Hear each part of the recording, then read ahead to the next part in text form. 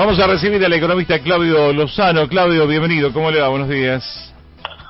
¿Qué tal? Buen día. ¿Cómo están? Bien. Bueno, tratando de analizar lo que pasa en este momento en el país,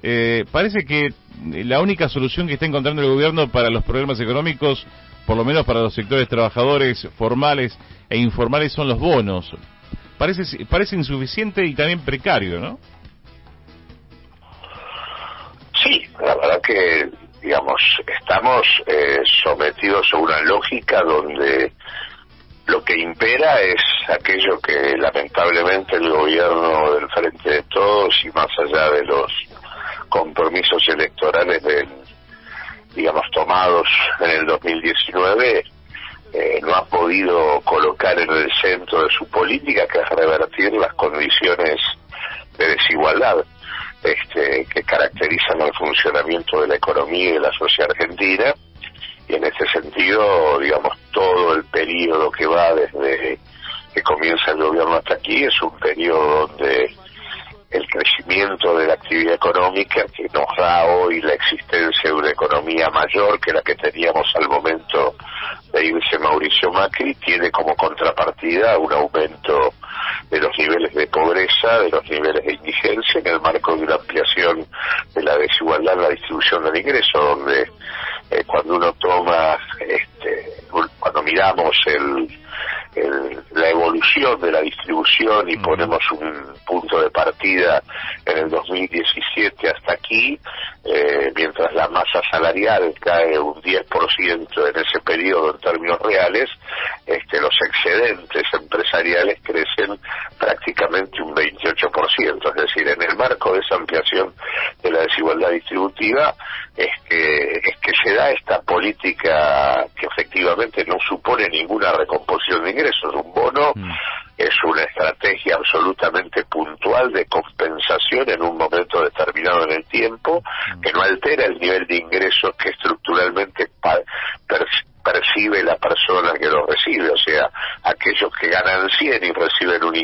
un bono de 20, en el momento en que ese bono desaparece, siguen ganando 100, y por lo tanto no han tenido ninguna mejora concreta, estructural, en términos de sus condiciones de vida. Y la verdad que la materialización de la desigualdad al palo se observa con el efecto producido por el dólar soja, que es en el momento en el que también, en el mismo decreto del dólar soja, en donde se le da un dólar preferencial a los ganadores estructurales de la experiencia económica de la Argentina del último tiempo, digamos, un dólar de 200 pesos, ahí se establece que con el financiamiento que supuestamente se obtendría por las retenciones, se financiaría un bono para los sectores más vulnerables. Claro. Y la verdad que eso, que todavía no se entregó, se va a entregar a partir de mediados de noviembre. O sea, fijémonos que en el mismo momento en que el gobierno, sin preocuparle el problema del déficit,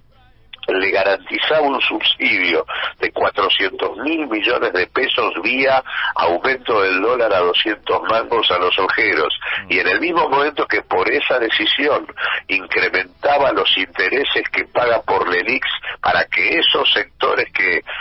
digamos, luego de liquidar divisas vuelven al dólar, para impedirlo les paga tasas descomunales, pagando 60.000 millones de pesos más por mes, mientras todo esto se hace sin preocuparnos por el aumento del déficit que tanto usan como mascarón de proa para impedir cualquier política distributiva. En ese contexto todavía ni siquiera se entrega un bono miserable de 45.000 pesos dividido en dos de 22.500, cuando en realidad se le está entregando a personas en situación de indigencia, es decir, pasando hambre, que no tienen ningún tipo de asistencia del Estado, y que además es un bono que no es permanente siquiera, es un bono que se acaba en 2 meses, como si en enero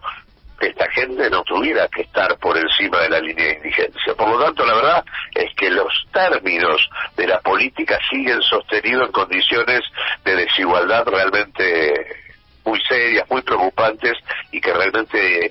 exigen de una rectificación de la política pública de manera inmediata. ¿El gobierno se quedó sin ideas en materia económica?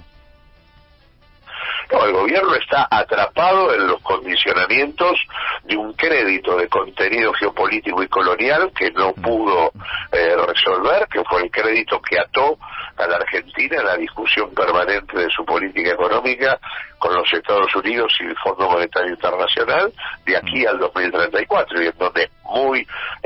digamos, difícilmente, no, es imposible resolver el problema que tenemos si no desandamos el camino del crédito,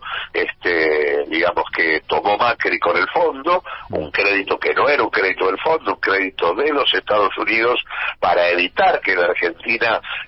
transite un camino de autonomía respecto a la potencia del norte, en el marco además de un Estados Unidos que disputa con China su control sobre la América Latina, y donde Argentina es un país de alguna manera complejo para Estados Unidos, ya que tiene la potencialidad de articulación con China muy alta. En ese contexto, con un crédito de esa naturaleza que el gobierno no resolvió, sino que complejizó aún más, porque era un crédito que era una verdadera estafa con un conjunto monumental de irregularidades que, en lugar de ser denunciadas como corresponde, a pesar de la conciencia de esas irregularidades, lo que se hizo fue blanquearlas o pretender blanquearlas por la vía de la aprobación parlamentaria. Y es ese crédito que controla la Argentina de acá al 2034 lo que pone los límites y lo que lleva permanentemente a un proceso de condicionamiento de la política y de ajuste sistemático de la política pública. El presupuesto nacional 2023,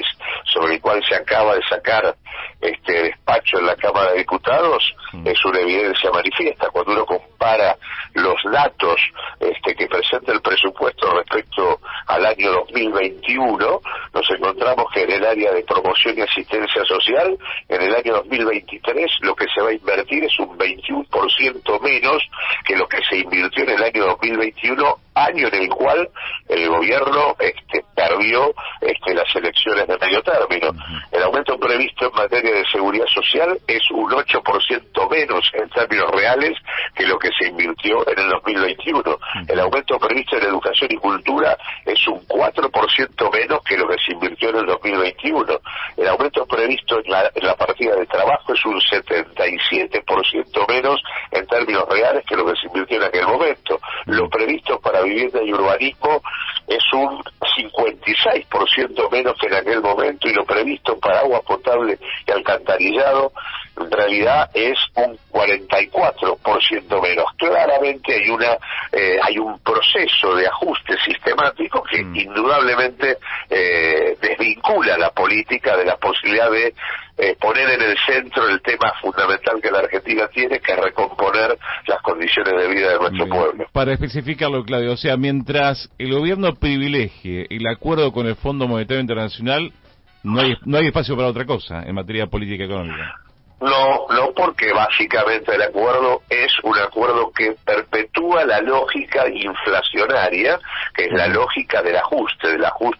en materia de ingresos y del ajuste fiscal que lleva adelante la Argentina. Es un acuerdo inflacionario, un acuerdo que, si nosotros mantenemos el respeto por esto y no modificamos la estrategia a través de un programa popular antiinflacionario, acá lo que tenemos es una perspectiva para el año próximo en donde el estancamiento de la actividad económica va a convivir con un aumento de los precios que del 95% con el que cerraríamos en el curso de este año nos iríamos arriba del 110%, y donde llegaríamos al final del mandato del Frente de Todos con una caída prácticamente del 15% en términos reales del salario promedio de los argentinos,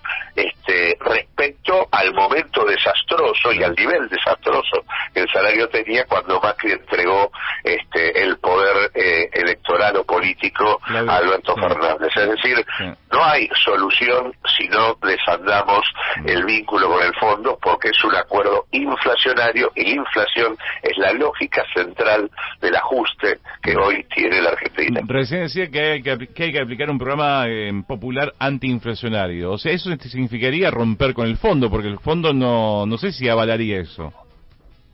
Bueno, es lo que estoy diciendo. Hay que desandar el camino del acuerdo. Hay que digamos, terminar con con el tema, con los límites que le pone a la definición que en materia de política económica tiene que tener la Argentina. Si el tema principal que tenemos hoy, que todos visualizamos, es imposible recomponer el poder adquisitivo de la población en un contexto de una inflación del 100%, en este contexto donde no se recompone el poder adquisitivo, el consumo se deteriora, al deteriorarse el consumo caen las ventas, al caer las ventas se desacelera la actividad productiva y consecuentemente vamos como un embudo a un proceso recesivo. Si no tomamos la problemática inflacionaria para resolverla de manera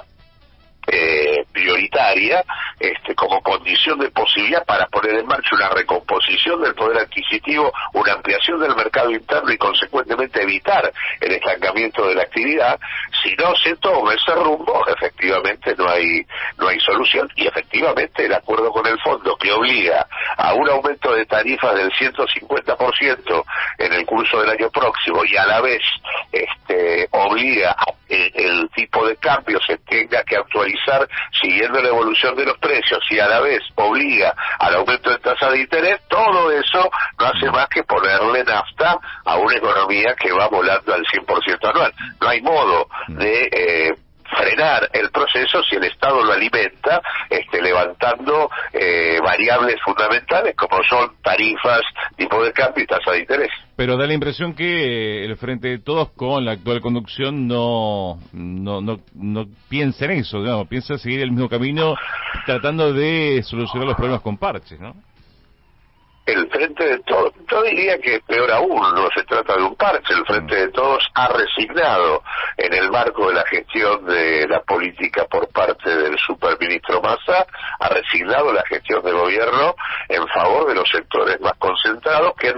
y en el marco de un verdadero golpe de mercado, un golpe blando, ¿no? Que desde junio del 2022 para acá, puso en marcha una desestabilización clara de las variables financieras y cambiarias, entre ellas vía retención de los mecanismos de la comercialización de la producción y de la liquidación de divisas asociadas a la agroindustria y al sector cerealero. Se puso en marcha un proceso de desestabilización cuyo impacto institucional colocó en el centro a un referente político como Massa y una fuerza tal como el Frente Renovador, que tienen vínculos muy fluidos con el poder económico desestabilizador y con los propios Estados Unidos, y en ese marco lo que hay es una propuesta de estabilización de cuño absolutamente ortodoxo, que siempre ha dado los mismos resultados, así que no hay posibilidad de esperar nada distinto si no hay una modificación del esquema de política económica vigente. Ese plan de estabilización que se promete para los próximos meses podría ser negativo para el futuro del Frente de Todos. Depende, si es un programa popular antiinflacionario, no, es la solución, sí. Porque inmediatamente cuando uno controla una inflación del 100%, esto se traduce inmediatamente en una recomposición del poder adquisitivo. Hay que entender que hoy, todos los meses, los ingresos que uno percibe se deterioran al ritmo de un 5 o 6% mensual. Consecuentemente, el tema de frenar el proceso inflacionario es una clave para recomponer el poder adquisitivo de la población. Ahora, esto supone una estrategia que involucra congelamiento de precios en el contexto de recuperación de ingresos. Uno tiene que apuntalar aquellas variables que claramente se han retrasado y frenar aquellas que se han adelantado. Está claro que las variables vinculadas a las políticas sociales, básicamente los ingresos que perciben aquellos que dependen de la política pública porque transitan en el camino de la informalidad, y los salarios, así como las jubilaciones, son las que más atrasadas han quedado, y por lo tanto cualquier esquema de estabilización debe partir de una recomposición de esos ingresos en un contexto de congelamiento. Si esto no ocurre, lo que hace cualquier plan de estabilización es congelar la desigualdad o digamos, parar la desigualdad en un punto. Eso no solucionaría, simplemente compensaría en parte la situación, pero sería administrar el problema inflacionario de manera absolutamente injusta. Lo lógico es